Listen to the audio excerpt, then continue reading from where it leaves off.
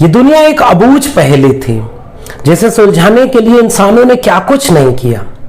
उनमें सबसे खास जगह रखते हैं चरवाहे, क्योंकि चरवाहों ने इस दुनिया को अनगिनत नए नए रास्ते दिए, केवल चलने के लिए ही नहीं, जीने के लिए भी। आज हम ऐसे ही एक चरवाहे पर बात करने वाले हैं।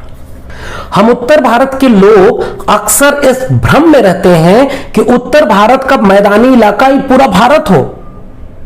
दक्षिण को हम कितना करीब से जानते हैं, उसके समाज को, उसकी संस्कृति को, उसकी राजनीति को कितना हमने जाना है, समझा है। सुनते हैं उत्तर से काफी अलग है, काफी खुशहाल है।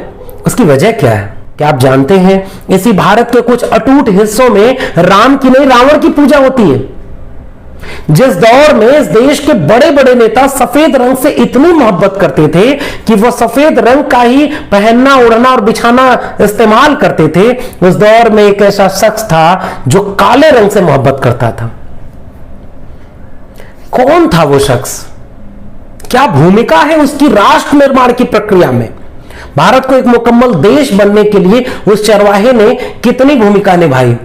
उत्तर को दक्षिण से जोड़ने के जो रास्ते सुझाए, उसमें उस चरवाहे की कितनी जगह है, कितनी भूमिका थी, और हमारी 21वीं सदी के युवा उस चरवाहे के बारे में कितना जानते हैं?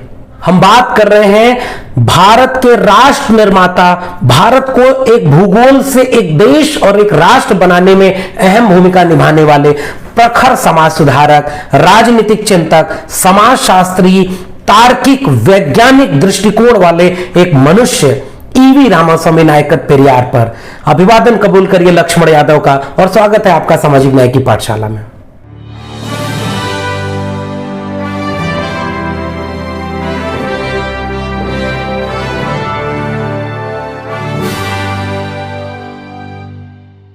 बीच का रास्ता नहीं होता।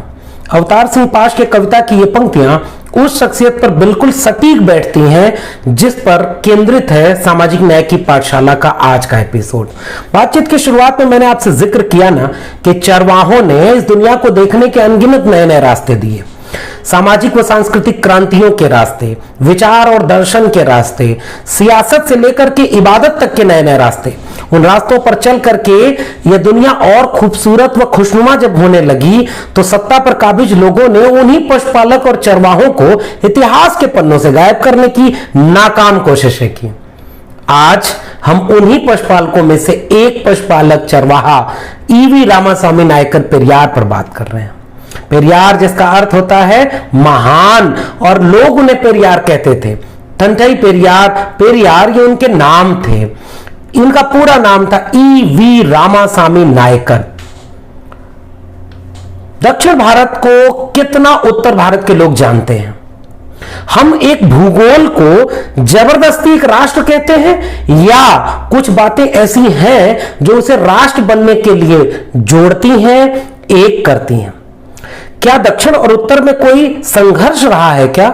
फिर वो दोनों एक कैसे हुए? क्या दक्षिण में कोई ऐसा सामाजिक सांस्कृतिक आंदोलन चले क्या जिनका असर उत्तर तक रहा हो? क्या उत्तर के शोषण और दक्षिण के आंदोलनों के बीच कैसा रिश्ता है? क्या वाइस वर्सा नहीं है? क्या दक्षिण के लोगों को हम उनकी संस्कृति, उनके विचार, उनके दर्शन, उनके ख्वाबों के जरिए कितना जानते हैं? 21वीं सदी के युवाओं को इन बातों पर विचार करना चाहिए। सामाजिक न्याय की पाठशाला का यह एपिसोड ईवी रामास्वामी नायकर पेरियार के कुछ विचारों के जरिए आपसे यही अपील करेगी कि आप असल में एक भूगोल को, राष्ट्र और देश कैसे बनता है, इसको समझने की कोशिश करिए। सामाजिक न्याय की पाठशाला यह काम कर रही है कि देखिए कैसे हम उत्तर भारत के लोग अतिरिक्त दबाव में समझते हैं कि जो कुछ उत्तर में है वही भारत है, जो कुछ मैदानी इलाकों में है वही राष्ट्र है, लेकिन दूर दक्षिण में बैठ करके एक व्यक्ति सामाजिक और सांस्कृतिक क्रांति के जरिए इस देश को कैसे अच्छा बनाने की कोशिश कर रहा होता है। 17 सितंबर 1879 को दक्षिण के तमिलनाडु राज्य के इरोड नामक जगह पर एक बच्चे का जन्म होता है, चिन्नाठाई अम्मा और वेंकटा नायकर के घर पर। वह परिवार धार्मिक रूप से घोर आस्था वाला होता है। इलाके के तमाम पंडे पुरोहित लोग, सम्मानित लोग उस घर में आकर के शास्त्रार्थ किया करते थे, आना जाना लगा रहता था। वो छोटा सा बच्चा धीरे धीरे जब होश संभालता है तो आस्था और विश्वास के नाम पर चल रहे परंपरागत धर्म को बुद्धि और विवेक से चैलेंज करना शुरू कर देता है, चुनौती देता है। और उसके सवालों को सुन करके आने वाले पंडा पुरोहित ब्राह्मण नाराज होते हैं, साथ ही पिता भी नाराज हो जाते हैं। पिता उसे स्कूल भेजते हैं ताकि ये गलत संस्कार की बजाय सही संस्कारों की दिशा में जाए। पिता स्कूल जब भेजते हैं तो स्कूल में वो सुधरने की बजाय अपने ही तर्क और विज्ञान और बुद्धि की दिशा में और आगे बढ़ता चला जाता है। जब वो स्कूल में जाकर के भी एक तार्किक वैज्ञानिक मनुष्य बनने की प्रक्रिया में होता है तो पिता उसे स्कूल छुड़वा करके दो काम करते हैं। एक तो उसकी शादी कर देते हैं, 19 वर्ष की उम्र 13 साल के नागम्माई से उनकी शादी कर दी जाती है, और दूसरा उन्हें अपने पुश्तैनी पेशे में जिम्मेदारी दे दी जाती है। लेकिन समानांतर ढंग से बुद्धि विवेक तर्क के आधार पर धर्म और आस्था विश्वास को चुनौती देने वाला पेरियार समाज में अपनी सामाजिक और सांस्कृतिक क्रांति की शुरुआत कर चुके होते हैं। वो लोगों के बीच जाकर अंतरजातीय विवाह कराते हैं, अंतरजातीय सहभोज कराते हैं और जाति तोड़ने की बातें किया करते हैं। समाज में उनकी इस तरह की सक्रियता को देख करके लोग उनके ऊपर तंज कसते हैं कि तुम्हारी पत्नी इतने धार्मिक है, वो उनको पहले सुधारो आप। पेरियार आकर के अपनी पत्नी को समझाते हुए कहते हैं कि ये जो गहने होते हैं ये महिलाओं के लिए बेड़ियां हैं गुलामी की।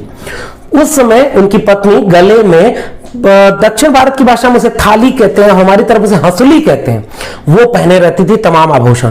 पेरियार समझाते बुझाते लड़ते झगड़ते उनसे उनके सारे गहने उतरवा देते हैं। इस बात से पूरा परिवार बेहद नाराज होता है, समाज बेहद नाराज होता है। इससे उस समय उनका बहुत ज्यादा विरोध होना शुरू हो जाता है और फिर वो अपना घर छोड़ करके निकल जाते हैं। पूरे भारत में घूमते रहते हैं ज्ञान और बुद्धि की तलाश में। बुद्ध से, एक इंटरव्यू में पेरियार कहते हैं कि मैं बुद्ध से बहुत प्रभावित था। तो वो जो बुद्धि की तलाश में घूमते रहते हैं, वो घूमते घूमते बनारस पहुंचते हैं, और बनारस में मंदिर में खाने और पीने के लिए जब वो जाते हैं तो उनसे उनकी जाति पूछते हुए जनेऊ दिखाने की बात की जाती है। और इस बात से उनको इतना चोट लगती है कि वापस लौटते हैं। पुश्तैनी पेशे को तो संभालते ही हैं, लेकिन उस पूरे दक्षिण भारत में सामाजिक और सांस्कृतिक आंदोलन शुरू करते हैं जाति के खात्मे की। सामाजिक न्याय की विचारधारा के पाठशाला में आप देखेंगे कि उन तमाम नायकों पर बात की जाएगी जो जाति उन्मूलन की बात करते हैं। उस दौर में टॉमस पेन और डेविड ह्यूम के समतावादी विचारों से प्रभावित पेरियार एक सवाल करते हैं कि उस समय आधुनिकता का चोला पहन करके आस्था और विश्वास के लिबास में जो हिंदू पुनरुत्थानवाद आ रहा था उसे पेरियार बुद्धि विज्ञान तर्क और विवेक के जरिए चुनौती देते हैं, और फिर वह लगातार एक खास तरह के सामाजिक और सांस्कृतिक क्रांति की बात करते हैं। 1920 में पेरियार कांग्रेस तो ज्वाइन करते हैं, लेकिन 4-5 सालों में ही वो कांग्रेस से उनका मोहभंग होता है। वायकोन सत्याग्रह 1924 की घटना होती है केरल में, जहां एक मंदिर के जाने के लिए पतली सी गली में शूद्रों अतिशूद्रों और अस्पृश्यों को जाने नहीं दिया जाता था। नारायण गुरु की परंपरा से चले हुए आ रहे उस सांस्कृतिक आंदोलन में पेरियार शामिल होते हैं। गांधी उस आंदोलन के लिए कहते हैं कि हिंदुओं का आंतरिक मसला बाहरी लोग ना बोले। इन सब से पेरियार के मन में एक चोट पैदा होती है। फिर गुरुकुलम प्रकरण होता है, जहां वो जाति के नाम पर शिक्षा पर सवाल उठाते हैं, और धीरे धीरे कांग्रेस से मोहभंग होता जाता है। 1925 तक में वो कांग्रेस से सदस्यता छोड़ देते हैं। 1920 से 1925 के बीच पेरियार 6 बार कांग्रेस के तमाम प्रांतीय अधिवेशनों और बैठकों में एक प्रस्ताव पेश करते हैं। वो प्रस्ताव क्या होता है पता है? कि इस दक्षिण भारत में 90% जगहों पर आर्य ब्राह्मणों का कब्जा है, और जो शूद्र अतिशूद्र और पिछड़ी जातियां हैं इनके लोग न शिक्षा में है न रोजगार में है। तो 6 बार वो प्रस्ताव पेश करते हैं कि इसको एक मिशन की तरह उठाया जाए कि इस देश में जो शूद्र अतिशूद्र पिछड़ी जातियां हैं, कामगार जातियां हैं, उनके लोगों को उनकी जाति के अनुपात में प्रतिनिधित्व दिया जाए।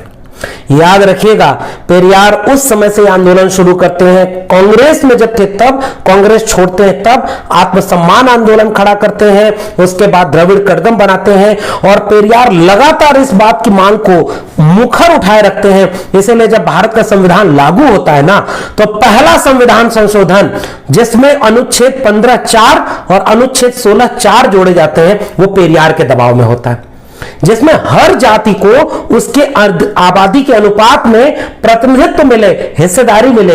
यह लड़ाई थी पेरियार की। 21वीं सदी के लोग क्या ये बात जानते हैं कि पेरियार इस तरह की बात करते थे?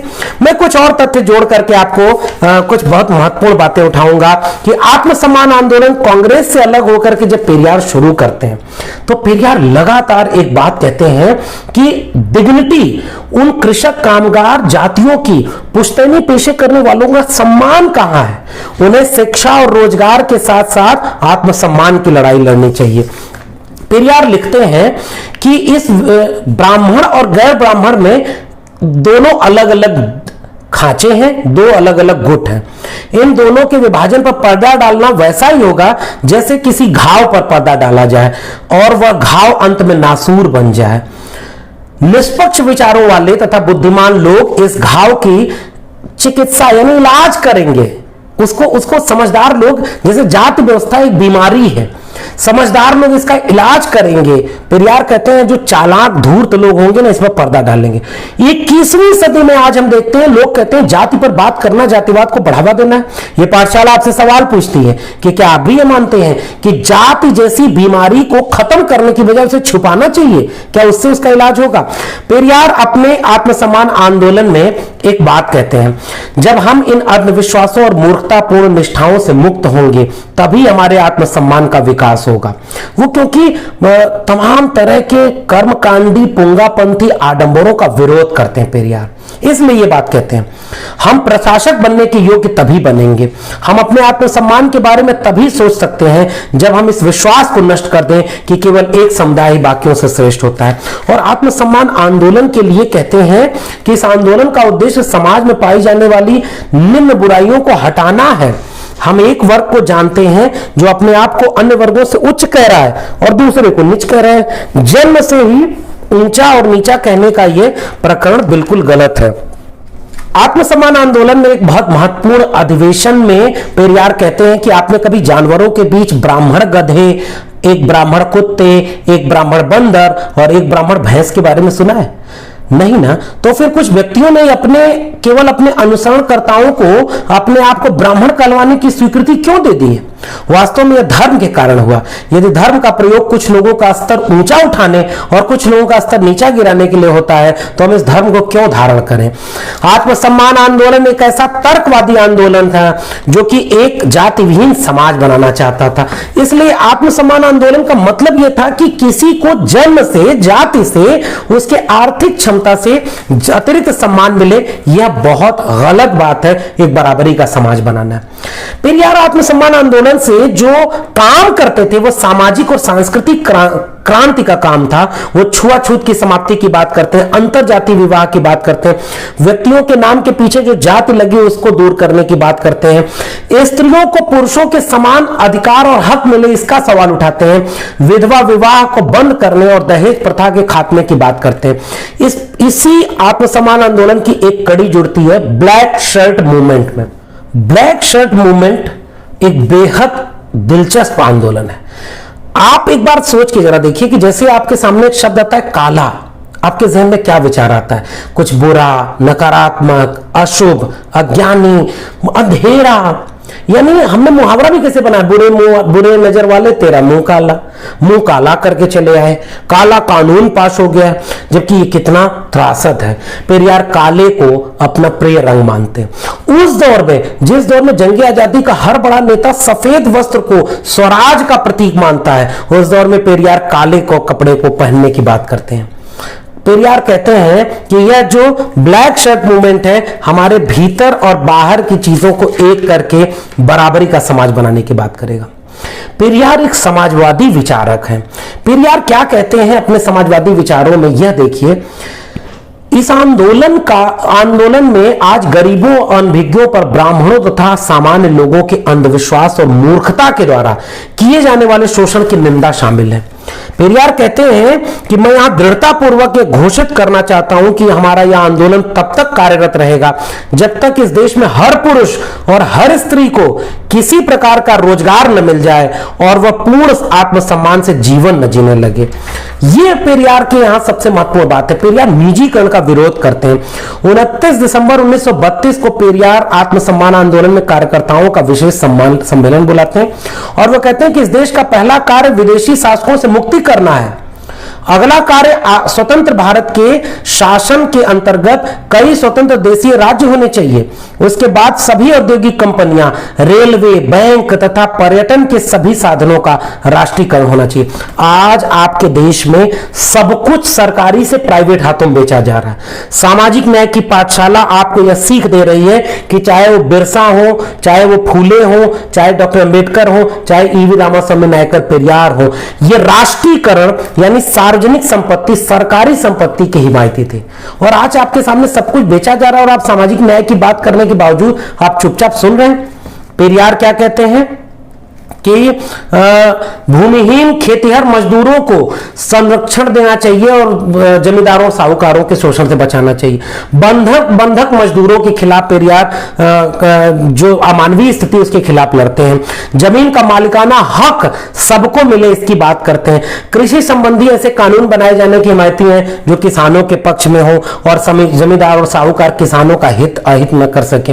रेलवे, डाक, तार, बिजली सार्वजनिक संपत्ति हो। बीमा को सार्वजनिक संपत्ति और मजदूरों के लिए भी लागू करवाने की बात की जाए। सभी बच्चों को निःशुल्क शिक्षाएं दी जाए, सुविधाएं दी जाए, नशाबंदी की जाए, अस्पृश्यता, भेदभाव, अंधविश्वास खत्म किया जाए, भूमि को राजस्व से मुक्त किया जाए। यानी पूरे आत्मसम्मान आंदोलन जिसकी परिणति द्रविड़ करगम में होती है, वह दरअसल एक समाजवादी विचार था। समाजवादी विचार के तहत सबकी बराबरी, सबके हक हुकूक हिस्सेदारी की बात पेरियार क्या मिलती। बात समाजवाद की चली तो एक घटना का जिक्र जरूर करते चलूं। 23 जनवरी 1958 को मद्रास में द्रविड़ कजगम के नेता पेरियार और प्रखर समाजवादी नेता डॉक्टर राम मनोहर लोहिया की भेंट मुलाकात हुई और डॉक्टर लोहिया द्वारा संपादित पत्र चौखंबा में बातचीत का सारांश प्रभावित हुआ। लोहिया और पेरियार कई चीजों पर लेकर के एक राय रखते हैं। लोहिया अपने कुछ शिकायत कहते हैं कि आप गांधी की एकदम निर्मम आलोचना मत किया करिए, तिरंगे का अपमान, संविधान का अपमान ठीक नहीं है।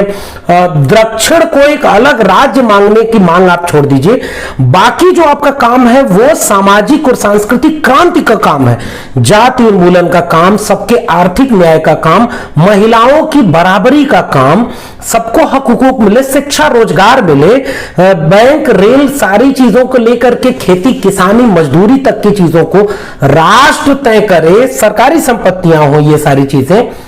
इतने बड़े विजन पर लोहिया और पेरियार एक थे और लोहिया खुद कहते हैं कि ये जो अतिवादी दो चार चीजें हैं अब इसको छोड़ दीजिए, भारत आजाद हो गया है तो हम इसे नए ढंग से सुलझाएंगे। अगर मैं पेरियार का समग्र खाका खींचूं तो मैं ये देखता हूं कि जिस समय एक नया भारत बनने की अंगड़ाई ले रहा था, वह दौर पेरियार जैसे एक तर्क बुद्धिवादी, मनुष्यता को केंद्र में रखने वाले दार्शनिक, स्त्रियों को पुरुषों के बराबर संपत्ति से लेकर के आत्मसम्मान तक के हक दिलाने की लड़ाई लड़ने वाला, मजदूरों और किसानों के हित की बात करने वाला, शिक्षा की बात करने वाला, धर्म को बेड़ी बांधने वाला और धर्म और ईश्वर के खिलाफ खड़ा, तर्क और बुद्धि के पक्ष में खड़ा एक ऐसा समाज सुधारक जिसने आजाद भारत की बुनियाद रखी। उसे यह समझने ही नहीं दिया गया कि उसके आत्मसम्मान आंदोलन का, धर्म से उसकी मुक्ति का और तमाम चीजों का क्या महत्वपूर्ण पक्ष है। आज हम धर्म की गिरफ्त में, जकड़ में परेशान होते जा रहे हैं, उलझते जा रहे हैं।